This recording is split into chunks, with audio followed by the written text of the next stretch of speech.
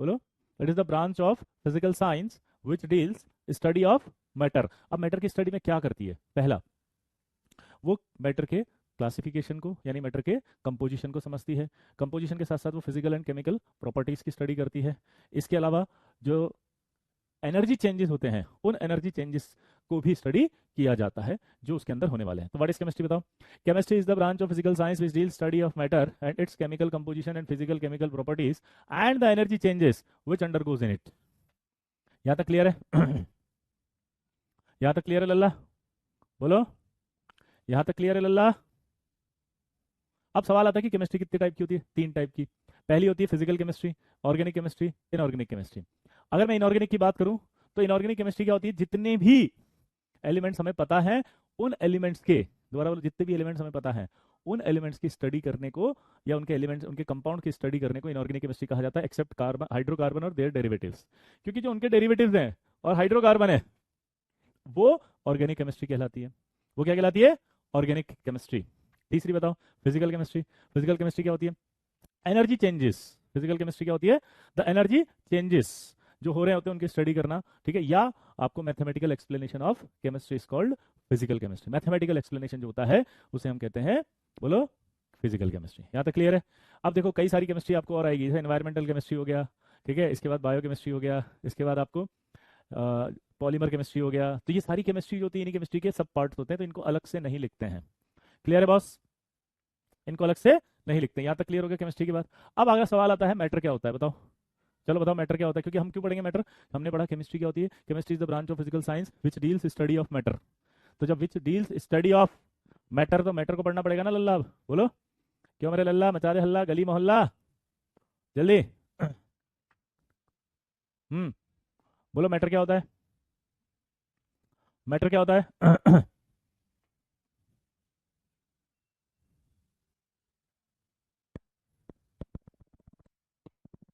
बोलो।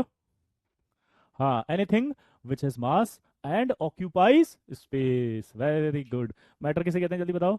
Anything which has mass and occupies space. तो anything, कोई भी जो मास रखता है ना, anything which is mass and occupies space is called matter. इसके अलावा मैटर का क्लासिफिकेशन पूछेगा, बताओ। तो मैटर का क्लासिफिकेशन 2 तरह से होता है, एक फिजिकल क्लासिफिकेशन, एक केमिकल क्लासिफिकेशन। चलो बताओ, फिजिकल क्लासिफिकेशन में किसको रखते हैं? फिजिकल क्लासिफिकेशन में सॉलिड, लिक्विड और गैस को रखते हैं। फिजिकल क्लासिफिकेशन में किसको रखते हैं? हम्म देखो ये मैटर है और इस मैटर का क्लासिफिकेशन करेंगे तो यहां पर आएगा एक फिजिकल क्लासिफिकेशन और एक आएगा आपका केमिकल क्लासिफिकेशन। तो चलो बताओ, फिजिकल क्लासिफिकेशन कौन कौन होते हैं? फिजिकल क्लासिफिकेशन में 3 हिस्से, एक आता है आपका सॉलिड, एक आता है आपका लिक्विड और एक आपका आता है गैस। केमिकल क्लासिफिकेशन में 2 तरह से होते हैं, एक होता है प्योर और एक होता है मिक्सचर। क्लियर है यहाँ तक? अब जब आप ये पढ़ोगे तो आपको और भी डाउट आएगा। 9th 10th में आप पढ़कर आए होंगे, याद है? आपने 9th 10th में एक लाइन पढ़ी होगी जिसका नाम था, बताओ क्या? आपने एक लाइन पढ़ी होगी जिसका नाम था, बताओ क्या? बोस कंडेंस्टेट, बोस आइंस्टीन कंडेंस्टेट और प्लाज्मा स्टेट। तो प्लाज्मा स्टेट और बोस आइंस्टीन कंडेंस्टेट को यहाँ कंसिडर नहीं करते हैं हम, क्योंकि वो हमारे जो है कंसिडरेशन में नहीं है अभी। उस तरह की स्टेट्स हमारी जो है वो कहाँ है, अभी कम पाई जाती है, तो उनकी स्टडी नहीं करते हैं, वो इसी के अंदर कंसिडर की जाती है। तो इसलिए आप ये डाउट नहीं पूछोगे, यही 3 स्टेट कंसिडर करनी है। प्योर के अंदर कितने होते हैं? 2। प्योर में एक होता है एलिमेंट और एक होता है आपका एलिमेंट के बाद, बोलो, कंपाउंड। ठीक है। उसके बाद मिक्सचर आता है। मिक्सचर 2 तरह के होते हैं, एक होता है homogeneous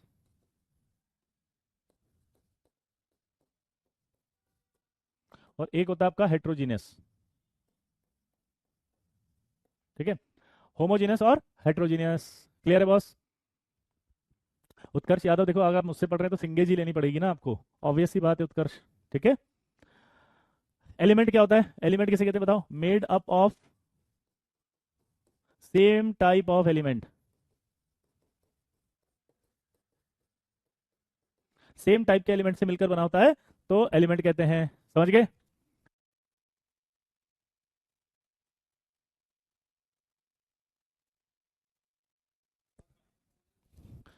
made up of same type of element. Compound क्या होता है बताओ?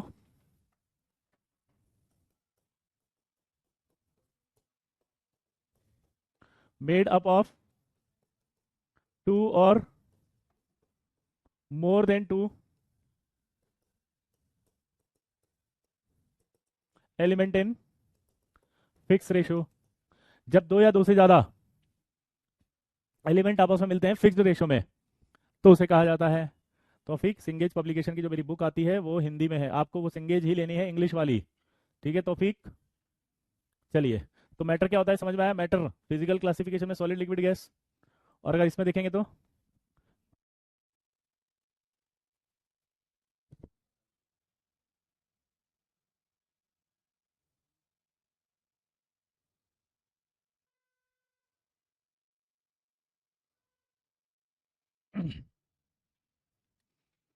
क्लियर। अब बताया होमोजीनस क्या होता है। देखो होमोजीनस क्या होता है, जैसे मान लीजिए आपने नमक को डाल दिया किसके अंदर, पानी के अंदर, उसको डिजोल्व कर दिया ऐसे। तो नमक को अगर पानी में डाल दोगे और डिजोल्व कर दोगे आप, तो उसके अंदर क्या, जैसे ही आपने डाला तो चारों तरफ सेम कंपोजिशन होता है। तो अगर सेम कंपोजिशन होगा किसी का भी तो फिर उसे होमोजीनस कहते हैं, और अगर सेम कंपोजिशन नहीं हुआ तो हेटेरोजीनस कहते हैं। ठीक है, जैसे मान लीजिए सैंड को डाल दिया पानी में, सैंड को डिजोल्व करके देखो आप, क्या सैंड नीचे नीचे बैठी रहेगी, ऊपर थोड़ी आएगी। अगर सैंड नीचे नीचे है तो इसका मतलब वो थ्रू आउट सेम कंपोजिशन नहीं है, इसलिए वो हेटेरोजीनस है। तो आई होप आपको समझ में आ गया होगा। ये देखो आप वापस से रिवाइज करते हैं, फटाफट से बोलो क्या लिखा है। It is a branch of physical science which deals with the study of matter. Matter में क्या कह रहा है, it's physical and chemical properties, chemical composition, physical and chemical changes which it undergoes and the energy changes accompanies this process. Clear हुआ सबको। मेरा लल्ला मचा दे हल्ला। सिंपल है कि नहीं है। ठीक। अब आपको मैंने यहाँ पे बताया था वापस से कि केमिस्ट्री कितने टाइप की, तो तीन टाइप की। ऑर्गेनिक केमिस्ट्री देखो क्या लिखा है, study of hydrocarbon and their derivatives. Inorganic क्या होता है बताओ, study of all non elements and their compounds except hydrocarbon and their derivatives, क्योंकि ऑर्गेनिक हो जाएगी। फिजिकल केमिस्ट्री बताया था, study of laws governing by physical and chemical changes या मैथमेटिकल एक्सप्रेशन, मैथमेटिकल एक्सप्रेशन। यहाँ तक ठीक है बेटा। तो मैथमेटिकल एक्सप्रेशन आ जाएगा तो उसका हम फिजिकल केमिस्ट्री कहेंगे। चलो बताओ फटाफट से भाई साहब, मैटर की डेफिनेशन क्या बताई थी, anything which has mass and occupy space. Physical classification में सॉलिड आया था, लिक्विड आया था, गैस आया था। केमिकल में आपको पता है प्योर सब्सटेंस आया था, मिक्सचर आया था। इसके बाद यहाँ पर आप देखो होमोजीनियस और हेट्रोजीनियस। होमोजीनियस में देखो क्या लिखा है, have same composition through out mixture, और यहाँ है non uniform composition. Clear boss. हाँ या ना। डाउट कैसे पूछे बेटा आदित्य, जो भी आपको समझ में नहीं आएगा आप लिख दो ऐसे जैसे आप टाइप कर रहे हो ना अभी, मैं आपका डाउट देख लूंगा और आपको बता दूंगा। Substance which are made up of same type of atoms. ठीक है, इसे एलिमेंट कहते हैं। एलिमेंट तीन तरह के बताए थे मैंने, मेटल, मेटेलॉइड और नॉन मेटल्स। इधर कंपाउंड की बात करो, कंपाउंड दो तरह के होते हैं, एक ऑर्गेनिक और एक इनऑर्गेनिक। क्या ये पूरा चार्ट आपको नहीं, देखो दो चीजें आपको लिखना है तो लिख लो। हाँ सबको यहीं से पढ़ना है, शुरू से चालू हुआ है ये। जितने भी बच्चे P1 वाले आए हैं बेटा, आपको स्टार्टिंग से पढ़ाया है, यहीं से पढ़ना है, कोई टेंशन नहीं लेनी। ये बिल्कुल फर्स्ट लेक्चर है बेसिक से, तो इसमें आपको कोई परेशानी नहीं आएगी, पूरा प्योर बेसिक से चालू हुआ है। अब मुझे एक बात बता दो कि नोट्स बनाने के लिए कोई जरूरत नहीं है, आप इसको जैसा का जैसा PDF है वो आपको मिल जाएगा, आप इसे लर्न कर लेना। और लर्न करने का बाद, थैंक यू यश अग्रवाल, मैं आपका बहुत बड़ा फैन हूँ, oh my God thank you sir. Can NEET student continue with considering NEET 25 paper, yes continue कर सकते हो इसको देखते हुए। अब आपको ये अगर समझ में आया तो मैं इसमें कुछ सवाल दे दूं, कुछ क्वेश्चंस दे दूं। दीपक आपका कमेंट भी दिख रहा है, यस। AIR 1 वाली थ्योरी भी बताएंगे बिल्कुल बेटा, पर आज का लेक्चर पहला है ना, सिर्फ आज पढ़ेंगे। ठीक है। हम्म।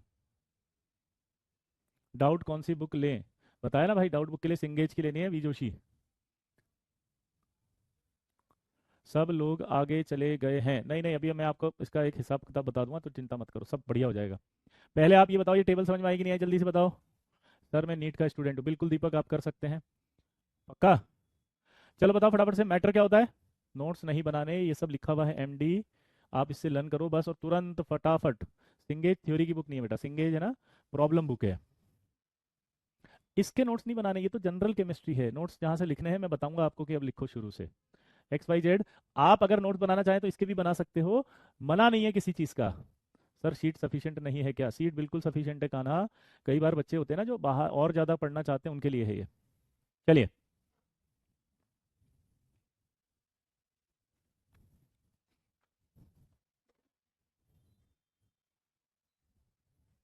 अब इधर ध्यान दो। वापस से एक बार बोलूंगा, फिर अपन ये सारे डाउट है ना लास्ट के 5 मिनट में पूछ लेना। क्लियर? सर हमारी कोचिंग में बस आप ही की बात होती रहती है। थैंक यू बेटा। ये सारे डाउट अगर लास्ट में पूछेंगे तो बेस्ट है ना। हमारी क्लास का एक रूल रखेंगे कि यहाँ पर जो भी पढ़ाएंगे पहले उस पर फोकस करेंगे, जो भी आपके डाउट्स हैं जितने भी हैं वो सारे लास्ट के 5 मिनट में बता देंगे। कॉपीज 3 बनानी है, फिजिकल की, ऑर्गेनिक की, इनऑर्गेनिक की। क्लियर? हम्म। शीट आज से ही दोगे बेटा? शीट तो अपलोड हो जाएगी, होमवर्क हम बाद में देंगे जब हम पढ़ेंगे। एनसीईआरटी अभी नहीं करनी, जनरल केमिस्ट्री पढ़ा रहा हूँ। ठीक है? शुड आई सॉल्व सिंगे? सिंगे सॉल्व कर सकते हो बेटा। अभी 2 मिनट के लिए आप रुक जाएं और लास्ट में पूछे डाउट। तो मेरे को बताओ, ये वाला याद हुआ नहीं हुआ? जल्दी बताओ। पहला मैटर हो गया anything which has mass and occupy space. Physical chemistry, physical classification में 3 आते हैं, सॉलिड, लिक्विड, गैस। यहां पर आपके 3 आएंगे, बोलो। मिक्सर, केमिकल क्लासिफिकेशन में प्योर सब्सटेंस और मिक्सर। प्योर सब्सटेंस में 2 होते हैं, एलिमेंट और, बोलो जल्दी, कंपाउंड्स। मिक्सर में आपका एक होमोजीनस, एक हेट्रोजीनस। ठीक है? अब चलो, होमोजीनस क्या होता है बताओ? तो थ्रू आउट सेम कंपोजिशन, जब नमक को डिजोल्व करते हैं ऐसे, तो नमक पूरी तरह से चारों तरफ डिजोल्व होता है। तो अगर चारों तरफ डिजोल्व होगा तो क्या होगा? वो थ्रू आउट सेम कंपोजिशन। लेकिन मिट्टी को डाल दो तो मिट्टी तो नीचे सेटल हो जाएगी, तो वो क्या होगा? थ्रू आउट सेम कंपोजिशन नहीं है। क्लियर? इसी बेसिस पर अब आपको कुछ क्वेश्चंस दिए जाएंगे, करके बताना। Helium, diamond, air, alloy, milk, blood, tap water. Helium, diamond, air, alloy, milk, blood, salt plus water, sand plus water, oil plus water.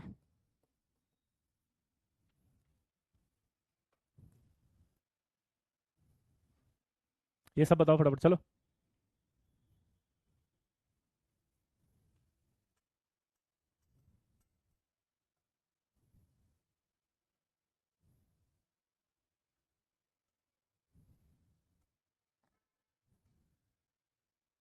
जल्दी।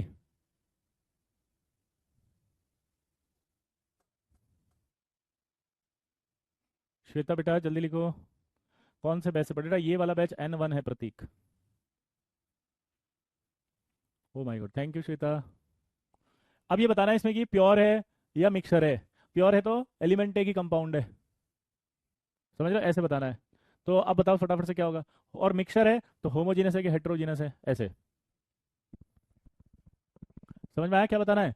प्योर है या मिक्सर है? अगर प्योर है तो उसमें एलिमेंट है या कंपाउंड, मिक्सर है तो उसमें होमोजीनस है या हेट्रोजीनस है। हीलियम जो है वो प्योर होता है और एलिमेंट है। डायमंड भी जो है वो प्योर है और एलिमेंट है। अब इसमें डाउट आएगा डायमंड में। तो देखो, डायमंड क्या होता है बेटा? डायमंड एक एलोट्रॉप होता है, जैसे कार्बन है ना।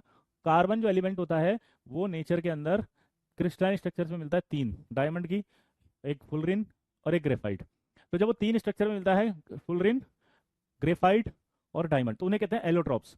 यानी कोई भी एक एलिमेंट जब डिफरेंट क्रिस्टलाइन स्ट्रक्चर में मिलता है तो उसे एलोट्रॉप्स कहा जाता है। तो एलोट्रॉप क्या होता है बताओ?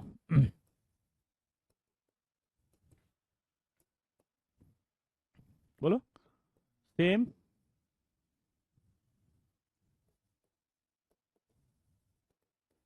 Crystalline structure but different physical and chemical properties. तो यानी कि जो एक एलिमेंट होगा वो जब किस में पाया जाएगा? अलग अलग तरह से मिलेगा नेचर के अंदर। सेम क्रिस्टलाइन स्ट्रक्चर होगी बट उसकी फिजिकल और केमिकल प्रॉपर्टीज अलग अलग होंगी, तो उसे आप एलोट्रॉप कहेंगे। तो एलोट्रॉप जो होते हैं, जैसे डायमंड हो गया कार्बन का एलोट्रॉप, तो ये सब एक ही माने जाएंगे, कार्बन, है ना। इसी तरह से ग्रेफाइट को भी हम एलिमेंट में ही काउंट करेंगे, और इसी तरह से फुलरिन को भी उसी में काउंट करेंगे।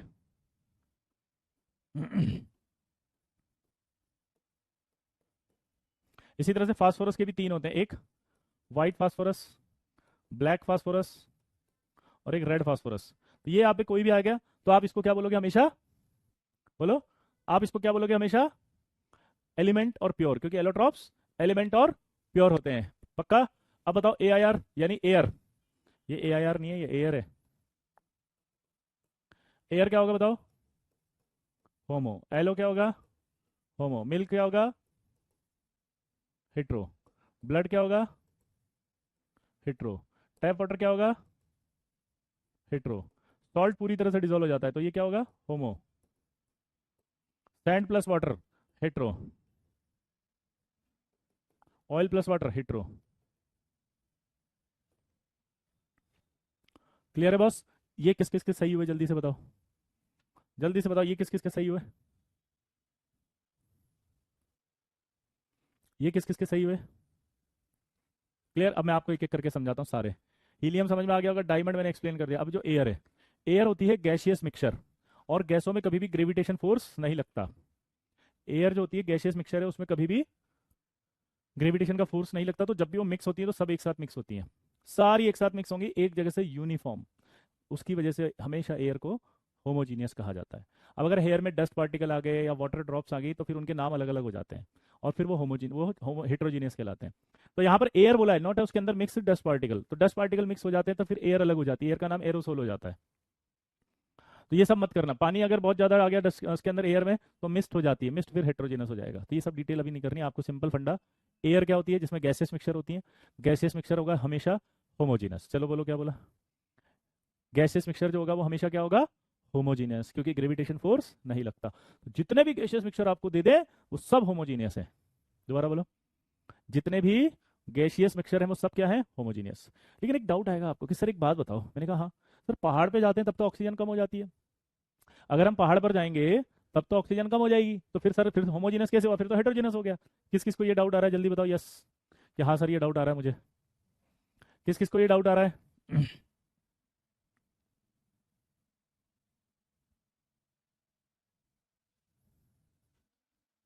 किस किस को ये डाउट आ रहा है? बताओ।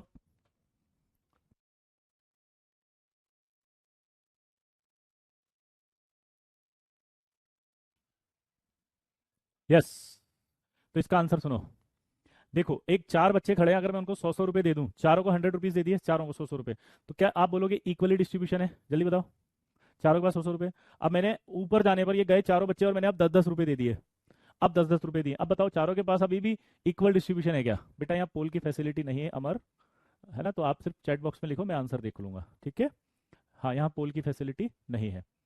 यहाँ बताओ 100-100 रुपए दिए, ऊपर 10-10 रुपए दे दिए, अब दिमाग की बत्ती जलाओ। हम्म दिमाग की बत्ती जली?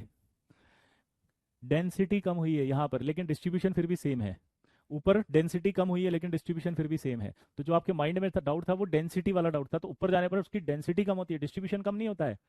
अब आप सोचो अगर ऐसा होता तो आप पहाड़ पे दो दोस्त जाते, एक इधर खड़ा हो जाता थोड़ी देर, एक उधर खड़ा हो जाता, और वो ऑक्सीजन ले लेता सारी, क्योंकि ऑक्सीजन का डिस्ट्रीब्यूशन तो इक्वल नहीं होगा, तो वो खा गया, और उधर वाले को ऑक्सीजन कम मिलती तो वहीं लुढ़क गया। ऐसा होता है क्या? फिर आप कहते सर ये तो हेट्रोजेनस मिक्सचर है इसलिए ऑक्सीजन यहाँ ज्यादा थी वहां कम थी, लेकिन ऐसा थोड़ी होता है, ऑक्सीजन का हर जगह इक्वली डिस्ट्रीब्यूशन होता है, तो इस वजह से ऐसा नहीं होता है। क्लियर है बॉस? सर है पॉल की फैसिलिटी, कहाँ पे है मुझे नहीं पता, यहाँ पे कैसे है, मैंने कभी कराया नहीं इसलिए। आ गया समझ में? वाई डेंसिटी कम, बेटा ये तो डिस्ट्रीब्यूशन होता है जो कम हो जाता है डेंसिटी। अपन निकालेंगे ना फॉर्मूले से, जब आप रियल गैस पढ़ोगे विनायक, फिजिकल में टॉपिक आएगा रियल गैस, वहां आ जाएगा, वहां पर ये डाउट क्लियर होगा, ठीक है? तो ये वाला एयर वाला भी क्लियर हो गया भाई। एयर के बाद अलॉय, सॉलिड मिक्सचर जो होती हैं, दोबारा बोलो, सॉलिड जो होते हैं एलिमेंट्स, उनको मिलाते हैं आपस में तो उसे क्या बनती है आपकी? अलॉय। तो जब उनका डिस्ट्रीब्यूशन होता है तब भी वो सेम होता है। यश अग्रवाल आप क्या बोल रहे हैं एटमॉस्फेरिक प्रेशर से, मुझे समझ नहीं आ रहा है ना? क्लियर? ये जो अलॉय है वो होमोजीनस होगी, क्योंकि दो सॉलिड का आपस में मिक्सर जो एलिमेंट होते हैं मिक्स करते हैं उनको, तो उनके अंदर क्या होता है? आपस में मिक्सिंग होती है तो इक्वली डिस्ट्रीब्यूशन होता है। एक बच्चा लिख रहा है दिल्ली में तो ये अलग अलग, अरे दिल्ली में वो पॉल्यूटेड एयर है, एयर नहीं है वो, उसमें तो धूल मिट्टी कण है, समझ ही नहीं रहे बात को। फिर अभी ऐसे मतलब थोड़े इंटेलिजेंट बनो बच्चों। मैंने बोला अगर आप एयर के अंदर डस्ट डालते तो एरोसोल है, तो तुम जो दिल्ली में हो वो एरोसोल हो गया, दिस इज नॉट एयर। दोनों में अंतर समझे बच्चे? वो अलग चीज होगी। सर अगर डायमंड का अलॉय हो तो डायमंड को अलॉय नहीं बनाते ना, अलॉय भी कुछ कुछ एलिमेंट्स की बनती है ऐसे, तो सबके एलिमेंट में डिस्ट्रीब्यूशन सेम हो जाता है, ठीक है? क्लियर? राधे राधे आदित्य। चलिए मिल्क की बात करो। अब यार मिल्क आपको ऐसा नहीं लग रहा कि मिल्क तो जो है सर उसमें तो सर सेम ही होगा? कौन सा चैप्टर शुरू होने वाला बेटा? जनरल केमिस्ट्री पढ़ा रहे हैं अभी तो हिंदी। हाँ चलो बताओ फटाफट। मिल्क तो सर होमोजीनस होना चाहिए ना, सब तो सर सेम है, नहीं होमोजीनस सेम नहीं है बॉस, क्योंकि उसके अंदर आप देखोगे मिल्क में तो प्रोटीन लिपिड्स और बोलो कार्बोहाइड्रेट नीचे की तरफ सेटल्ड होते हैं, भारी मॉलिक्यूल जो दिखते नहीं है आंखों से, पर जब उसे गर्म करके ठंडा करते हो, तो गर्म करके ठंडा करने पर, दोबारा बोलो, उसे गर्म करके ठंडा करने पर, गर्म करके ठंडा करने पर मलाई आ जाती है ऊपर। वो मलाई जो है वो अलग है और पानी जो दिख रहा है वो अलग है। तो इसका मतलब वो कोलाइडल हुआ नहीं, वो हुआ नहीं हुआ आपका हेट्रोजिनस, क्योंकि ऊपर अलग आ गया नीचे अलग आ गया, तो इक्वल डिस्ट्रीब्यूशन थोड़ी हुआ इसका। इसलिए इक्वल डिस्ट्रीब्यूशन नहीं है उन सबका, वो नीचे बैठे रहते हैं और गर्म करते हैं तो उसकी मलाई आ जाती है।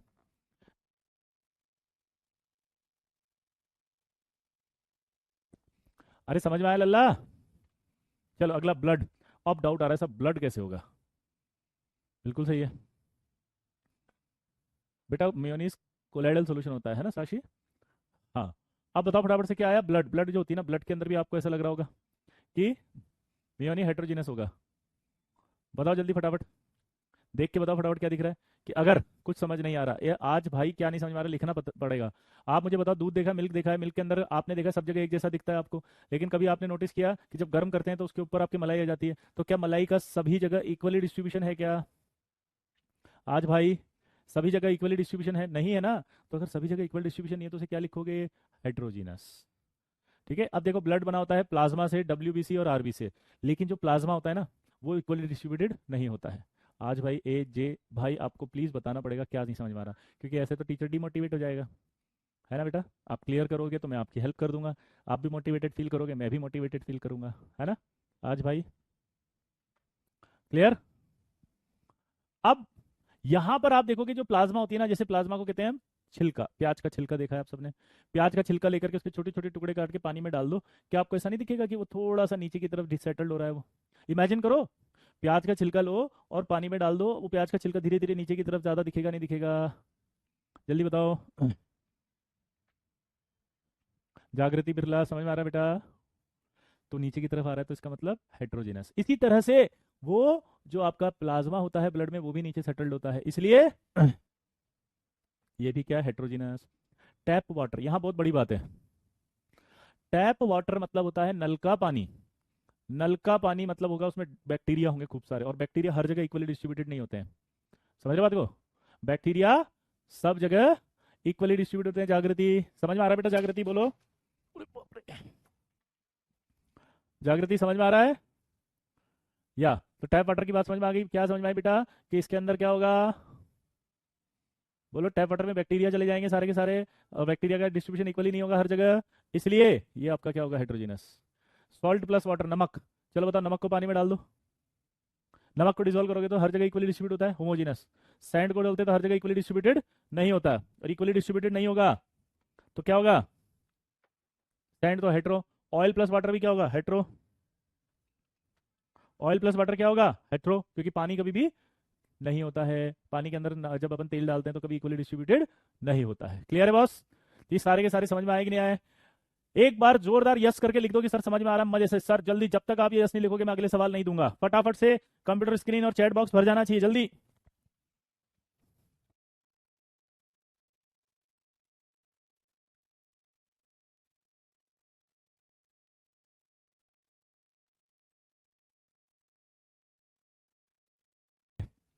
ठीक है, कोल्ड ड्रिंक बिफोर शेकन, यानी कि जब आप शेक नहीं कर रहे हो, और दूसरा है कोल्ड ड्रिंक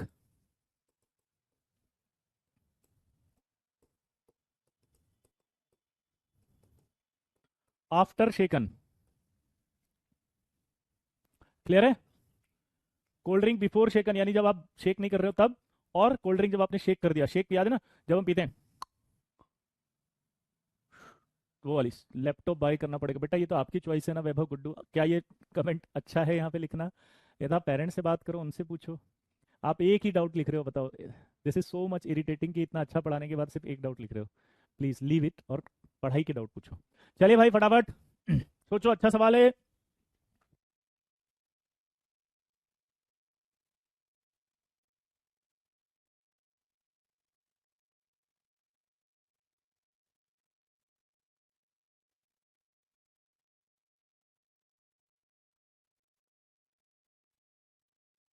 शेक नहीं किए तो होमो होती है, और जब आप शेक कर देते हो तो हेट्रोजेनस हो जाती है। जल्दी से बताओ क्या बोला मैंने? कोल्ड ड्रिंक जो होती है वो शेक कर देते हैं, कोल्ड ड्रिंक आफ्टर शेकन हेट्रोजेनस हो जाती है। कोई डाउट किसी को? देखो जरा, कोल्ड ड्रिंक बिफोर शेकन होमो क्यों होती है यार? जब आप कोल्ड ड्रिंक को लेते हो और उसके अंदर जब आप डालते हो, दोबारा से देखो, कोल्ड ड्रिंक जब लेते हो और कोल्ड ड्रिंक के अंदर जब बनाते हैं तो उसमें CO2 प्रेशर के साथ भर देते हैं और ढक्कन लगा देते हैं, तो CO2 हर जगह इक्वली डिस्ट्रीब्यूटेड हो जाती है। और अगर हर जगह इक्वली डिस्ट्रीब्यूटेड हो जाती है, हर जगह इक्वली डिस्ट्रीब्यूटेड हो जाती है, तो फिर होमोजीनस होगी। लेकिन जब आप शेक कर देते हो ऐसे, तो ऐसा नहीं लगता सारी CO2 फुक लगे से ऊपर आ जाती है? जब सारी CO2 ऊपर आ गई तो उसका सारा CO2 जो है ऊपर चला गया। और अगर ऊपर चला गया तो क्या हुआ बताओ? फिर CO2 ऊपर आगे, नीचे तो रही नहीं, तो फिर इक्वल डिस्ट्रीब्यूशन नहीं हुआ। इक्वल डिस्ट्रीब्यूशन नहीं हुआ तो हेट्रोजीनस। एजे भाई आपको लिखना पड़ेगा, मैं क्या हेल्प करूं? मैं आपका कमेंट यही पढ़ पा रहा हूँ, बस प्लीज हेल्प सर। आप लिखो जल्दी अपना कमेंट अगला।